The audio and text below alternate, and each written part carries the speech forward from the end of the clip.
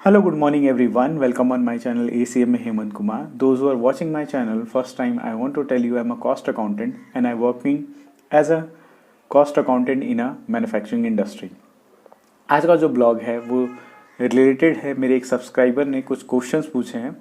So thank you for asking question and question is really awesome which is relate to totally a cost accountant, those who work in a manufacturing industry.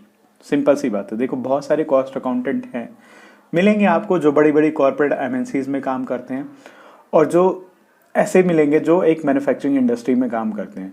तो उनमें बहुत ज़्यादा, मैं ये नहीं कहूँगा कि फ़र्क नहीं होता, या ये भी कह सकता हूँ बहुत बड़ा भी फ़र्क होता है.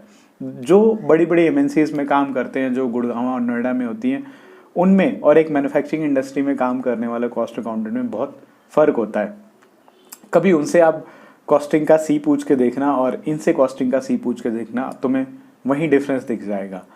सो मैं उस क्वेश्चन का आज आंसर दे रहा हूँ जो मुझसे एक सब्सक्राइबर ने पूछा है. तो सबसे पहले क्वेश्चन का आंसर ले लेते कि सबसे पहला जो क्वेश्चन था उनका ये था, मैंने लिख लिया है. तो सबसे पहला क्वेश्चन था, what is the actual process flow of costing and industrial setup. तो यार देखो, actual process flow of costing क्या होता है. कॉस्टिंग का मतलब ये होता है कि सिंपल सी बात है, किसी भी चीज़ की कॉस्ट को आइडेंटिफाई करना. तो सबसे बड़ा मोटिव होता है एक कॉस्ट अकाउंटेंट का कि किसी भी प्रोडक्ट की फंक्शनैलिटी में बिना चेंज हुए उस प्रोडक्ट को बनाने की जो कॉस्ट होती है उसको आइडेंटिफाई करे और उसकी कॉस्ट को एज मच एज जितना कंट्रोल कर ले. हाँ, उस प्रोडक्ट की आइडेंटिटी में कोई चेंज नहीं होना चाहिए, उसके फंक्शन में कोई चेंज नहीं होना चाहिए, उसकी क्वालिटी में कोई चेंज नहीं होना चाहिए, और कोई भी इन्वेस्टमेंट करके आप कोई इन्हेंसमेंट करके या कोई भी चीज़ आप कोई प्रोसेस को कट करके या कुछ भी प्रोडक्टिविटी बढ़ा के अगर आप उसकी कॉस्ट को कम कर पाते हैं तो वो आपकी एक कॉस्टिंग कहलाती है. कॉस्टिंग का मतलब किसी भी प्रोडक्ट की कॉस्ट को आइडेंटिफाई करना, सिंपल सी बात है कॉस्टिंग. लेकिन इस कॉस्टिंग में बड़े सारे प्रोसेस होते हैं. देखो, हर इंडस्ट्री का अपना अलग अलग प्रोसेस होता है. हर इंडस्ट्री मतलब different kind of product. Suppose मैंने काम किया है चॉकलेट की इंडस्ट्री में, डायमंड की इंडस्ट्री में, शूज़ की इंडस्ट्री में, क्लोथ्स की इंडस्ट्री में, ग्लास इंडस्ट्री में. तो हर किसी का प्रोसेस अलग अलग होता था. तो मैं बात करूँ एक्चुअल प्रोसेस फ्लो की, तो एक्चुअल प्रोसेस फ्लो जो होता है वो सबका एक तरह से सेम ही मानते हैं. सेम का मतलब कॉन्सेप्चुअली सेम. जैसे रॉ मटेरियल का आना, रॉ मटेरियल का मिक्स होना और रॉ मटेरियल को अलग अलग प्रोसेसेस में बट जाना. यानी अगर मैं कहूँ कि सबसे पहले रॉ मटेरियल आता है, कोई भी प्रोडक्ट बना, सपोज मैं बात करूँ इस पेन की बात करता हूँ, तो इस पेन में प्लास्टिक लगा, इंक लगी, है ना, निब लगी, फिर ये एक पेन बन के तैयार हो गया. तो इस पेन को बनाने के लिए क्या हुआ, सबसे पहले रॉ मटेरियल का पता करना पड़ा कि कौन सा रॉ मटेरियल इसमें लगता है. सेकंड मैं बात करता हूँ कि सारे रॉ मटेरियल को कहाँ पे एक जगह जाके मिक्स किया जाता है. ठीक है. थर्ड मैं बात करता हूँ कि उसमें जो मशीनरी इक्विपमेंट यूज़ होता है उसको इस बनावट में डालने के लिए वो चीज़. फिर मैं बात करता हूँ कि उसको प्रोसेस से गुजरना पड़ता है, चाहे हीट से गुजरना पड़ता हो, चाहे उसे किसी कोल्ड प्रोसेस से गुजरना पड़ता हो, किसी भी प्रोसेस से, तब जाके एट द एंड वो फिनिश गुड्स में जाके कन्वर्ट हो जाता है. तो प्रोसेस फ्लो यही हुआ कि सबसे पहले किसी भी प्रोडक्ट का रॉ मटेरियल आता है, फिर वो मिक्स होता है, फिर वो डिफरेंट प्रोसेस से होकर गुजरता है, एट द एंड वो बन के निकल जाता है. तो यही होता है actual process flow of costing किसी भी इंडस्ट्री में. प्रोडक्ट अलग अलग हो सकते हैं लेकिन एक्चुअल में होता यही है. तो ये तुम्हारे पहले क्वेश्चन का आंसर था. अगर इसमें भी कोई डाउट हो तो मैं वापस क्लियर कर सकता हूँ. अब आते हैं सेकंड क्वेश्चन में, what is the costing cycle in my industry. तो मैं अपनी इंडस्ट्री की बात करूँ तो मेरे इंडस्ट्री में एक जॉइंट प्रोडक्ट है और उस एक प्रोडक्ट है, जब वो प्रोडक्ट बन जाता है तो उसको दो प्रोडक्ट में मिक्स कर देते हैं. तो ये सिंपल सी प्रोसेस इंडस्ट्री है मेरी. Process costing you can say follow होती है. तो इस तरह की इंडस्ट्री में मैं काम करता हूँ. ठीक है. थर्ड क्वेश्चन लेते हैं. थर्ड क्वेश्चन है, how do you identify and collect cost data. So भाई, एवरीथिंग मतलब एक for a cost accountant data is a very important. वो उसकी एक भूख है. Without data costing is impossible. You can't जज एनीथिंग बाय इमोशन। यानी कहने का मतलब अगर कोई कह दे कि मैंने तो कॉस्ट कम कर दिया, तो उसके बोलने से नहीं होता, वो अपना डाटा कहता है कि भाई एक्चुअल में कितना उसने कॉस्ट कम किया है। तो इमोशन पे आप इस चीज़ को जज कर ही नहीं सकते, you have to look the data. तो data is a very important for us anyone. मैं उसकी कॉस्ट अकाउंटिंग की बात ही नहीं कर रहा, मैं अकाउंटेंट की बात कर रहा हूँ, चार्टर्ड अकाउंटेंट की भी बात कर रहा हूँ। तो data is very important for अस। तो किस तरह से हम डाटा का कलेक्शन करते हैं? देखो, कॉस्ट अकाउंटिंग का काम जो होता है ना, वो किसी काम को करने से पहले भी शुरू होता है और किसी काम के होने के बाद भी स्टार्ट होता है।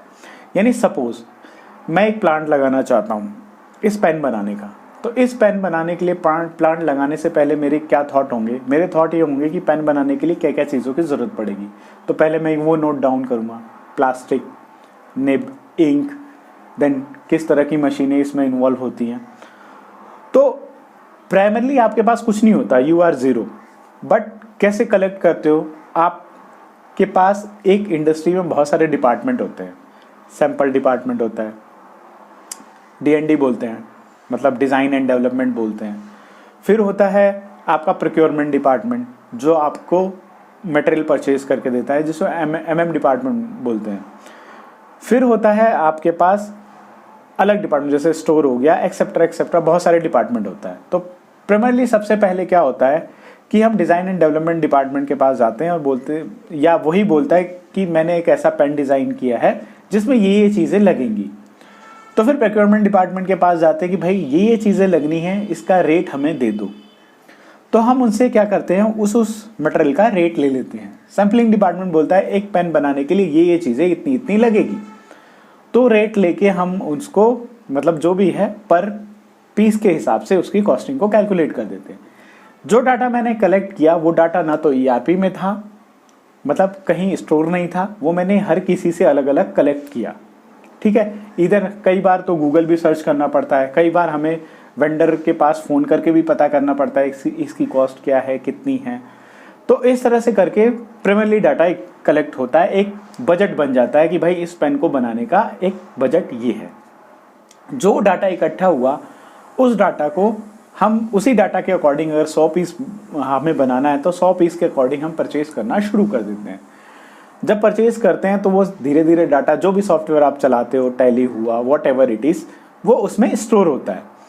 स्टोर होने के बाद जब प्रोडक्शन चालू हो जाता है, जिस तरह से अपना एक्सपेंस हो जाता है, रॉ मटेरियल पे लेबर कॉस्ट एक्सेट्रा सारी चीज़ें लग जाती हैं, हम सारी एंट्री कर लेते हैं।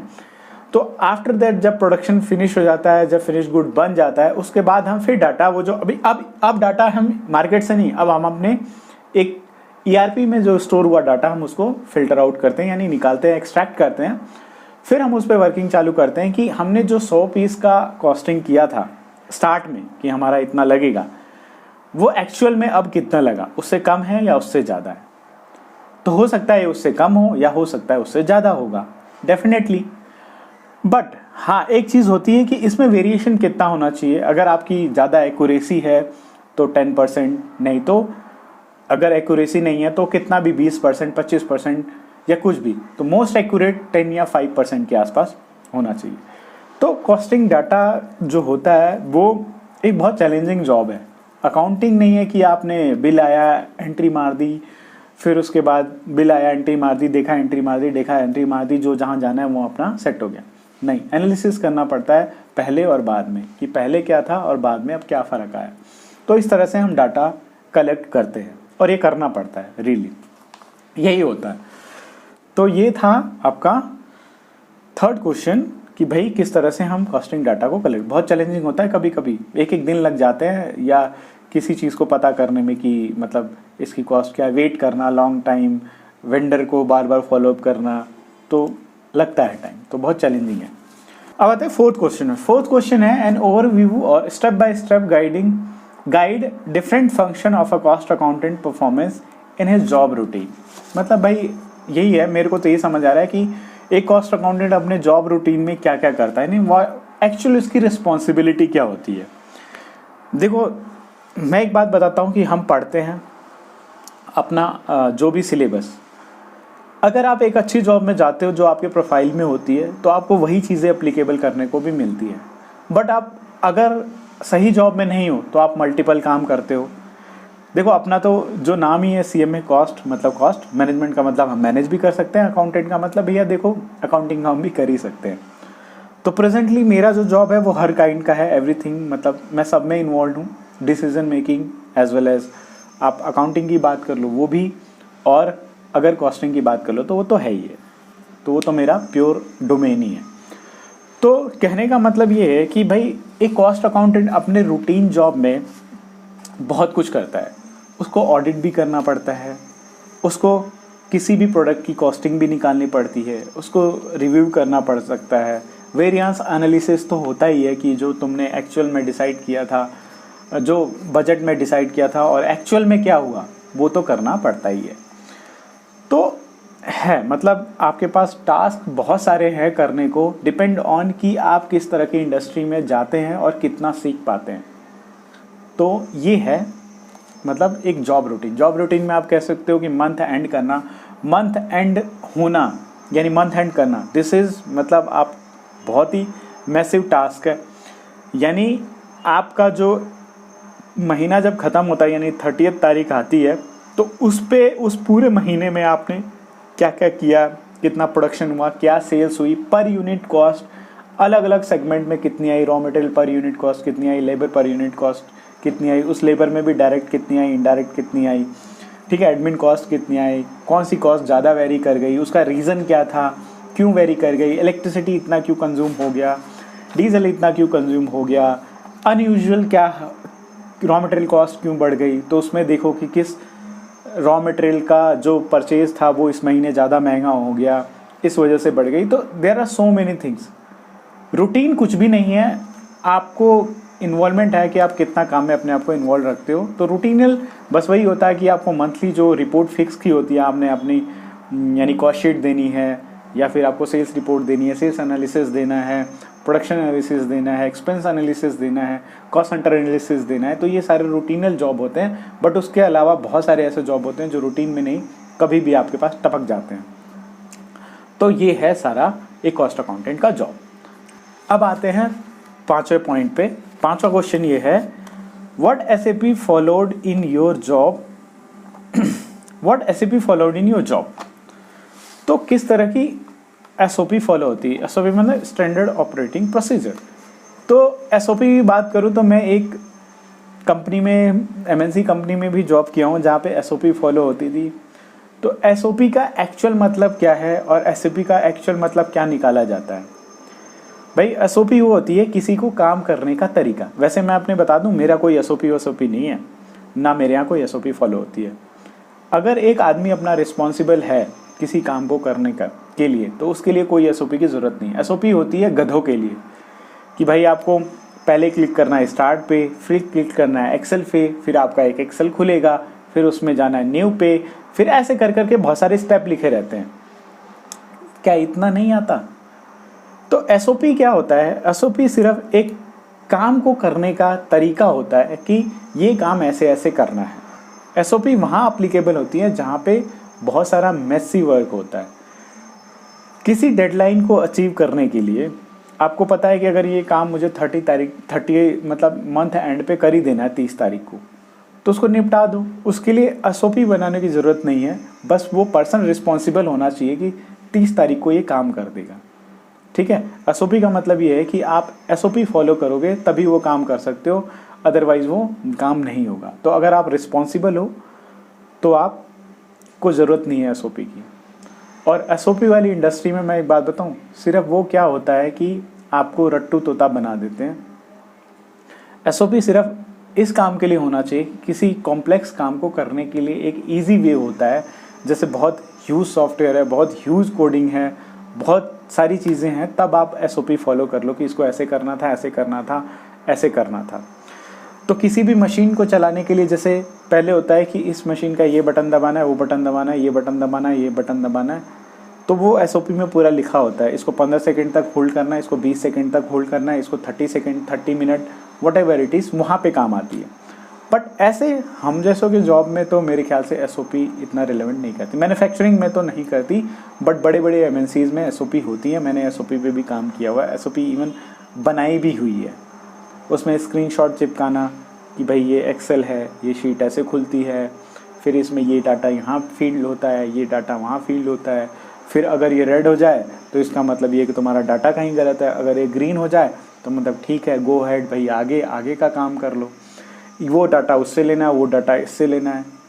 तो ये सारा होता था एसओपी में। तो मुझे लगता है कि मेरे जैसे के लिए तो नहीं है, because I am very passionate about cost accounting and costing, तो मुझे मेरा माइंड इतना तेज है।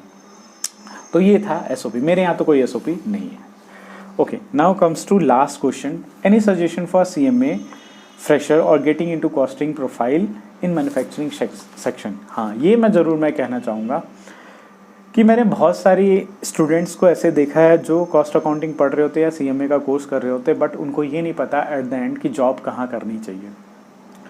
भाई जिस हिसाब से अगर वो प्रैक्टिकल ट्रेनिंग करते हैं, उन्हें लगता है कि चलो किसी अकाउंटिंग कोर्स कर लिया या इनकम टैक्स का काम कर रहे हैं, नो डाउट ये काम भी बहुत अच्छे हैं, बट एक्चुअल में फील तब आता है कि जब आप जो कोर्स कर रहे हो और वही काम कर रहे हो, मतलब एक कॉस्ट अकाउंटेंट के नाम से जाने जाना, वो एक बहुत अच्छा फील होता है। तो उस तरह के डोमेन में जाने के लिए आपको सबसे पहले देखो, मैं अपनी जर्नी शुरू की थी, मैंने तो कॉस्ट अकाउंटिंग फर्म ज्वाइन की थी, वहाँ से मैंने कॉस्टिंग का जो इन डेप्थ नॉलेज होता है उसको लिया, फिर उसके बाद मैं एक मैन्युफैक्चरिंग इंडस्ट्री में जॉब रखा। वैसे भी फर्म में भी मैन्युफैक्चरिंग इंडस्ट्री ही मिलती है, वहाँ जाके कॉस्ट ऑडिट करना, कैश फोर बनाना, यही सब काम था हमारा। एक इंडस्ट्री थी वहाँ पे इंटरनल ऑडिट के लिए जाते थे, तो वहाँ पे हमें प्रोसेस समझने में और किस तरह से किसी काम को हैंडल करने में क्या प्रोसेस होना चाहिए, किस तरह के काम होते हैं एक मैन्युफैक्चरिंग इंडस्ट्री में, वो सारा सब कुछ सीखने को मिला। तो ये सारी चीज़ें वहाँ से मैंने ग्रैब करी। देन उसके बाद जब मैं कॉस्ट अकाउंटेंट क्वालिफाई हो गया, जब मैं बन गया, तो उसके बाद मैंने मैन्युफैक्चरिंग इंडस्ट्री में ही जॉब करी। मैंने कोई कॉर्पोरेट एमएनसी वगैरह ज्वाइन नहीं की, बिकॉज मैं जानता था वहाँ जाऊँगा तो एक लिमिटेड काइंड ऑफ वर्क मिलेगा एंड रिपीटेटिव टास्क मिलेगा, जो कि 3 या 4 महीने बाद सीखने के बाद फिर मेरा फ्रस्ट्रेशन जो है वो बढ़ जाएगा। तो इट्स गुड कि मैंने मैन्युफैक्चरिंग इंडस्ट्री ढूंढी जहाँ पे मुझे लगता था कि मल्टीपल ऑफ वर्क होगा और मल्टीपल ऑफ चैलेंजेस फेस करने को मिलेंगे। नई इंडस्ट्री अगर सेटअप होती है तो उसको एक ज़ीरो लेवल पे देखना कि किस तरह से काम होता है, किस तरह से बजटिंग होती है, किस तरह से उसकी एक्चुअल कॉस्टिंग निकाली जाती है। कोई प्रोजेक्ट लग रहा है तो उसको कैसे किस तरह की मशीनरी आती है, उनकी क्या कॉस्टिंग होती है, एक्सेट्रा बहुत सारी चीज़ें होती हैं। तो इस तरह से कॉस्टिंग डोमेन में कोई भी फ्रेशर हो या अभी क्वालिफाई हुआ तो मैं उसको यही वो दूंगा कि अपने डोमेन की जॉब ढूंढे।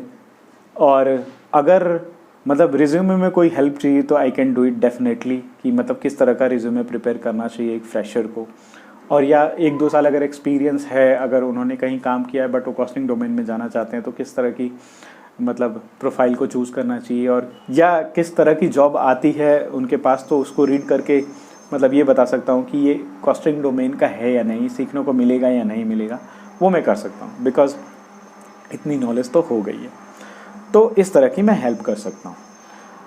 तो ये थे बहुत अच्छे क्वेश्चन थे, विच इज़ रियली नाइस। तो मुझे लगता है कि मैंने सारे आंसर दे दिए। अगर ये आंसर सही लगे हों, सुटेबल लगे हों,